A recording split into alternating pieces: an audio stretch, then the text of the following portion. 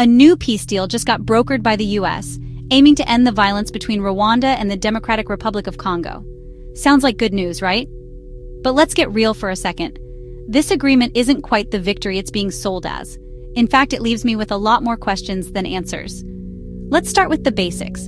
The DRC has been stuck in a nightmare of conflict for decades, fueled by rebel groups, ethnic tensions, and, maybe most of all, by the region's insane wealth in minerals like gold, cobalt, and coltan. These are the minerals powering our phones, our electric cars, you name it.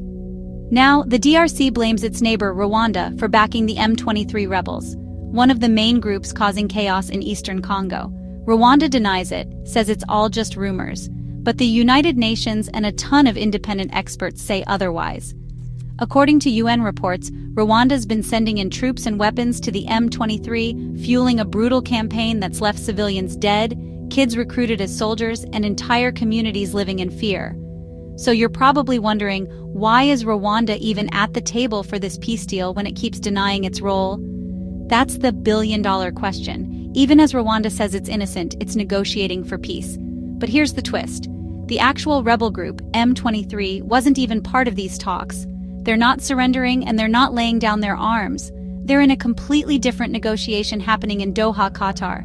Basically, the guys causing the most trouble aren't even in the room. So what's this deal really about? Well, if you read the fine print, or honestly, just listen to the press conferences, it's clear minerals.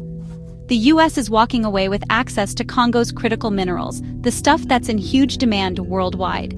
President Trump literally said, "We're getting a lot of the mineral rights from the Congo as part of it."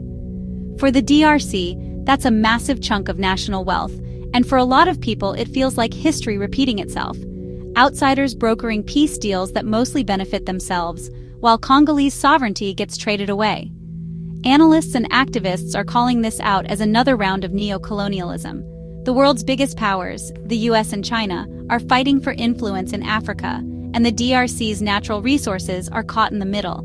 It's hard not to see this deal as just another transaction. Peace in exchange for minerals, with Congo left holding the short end of the stick.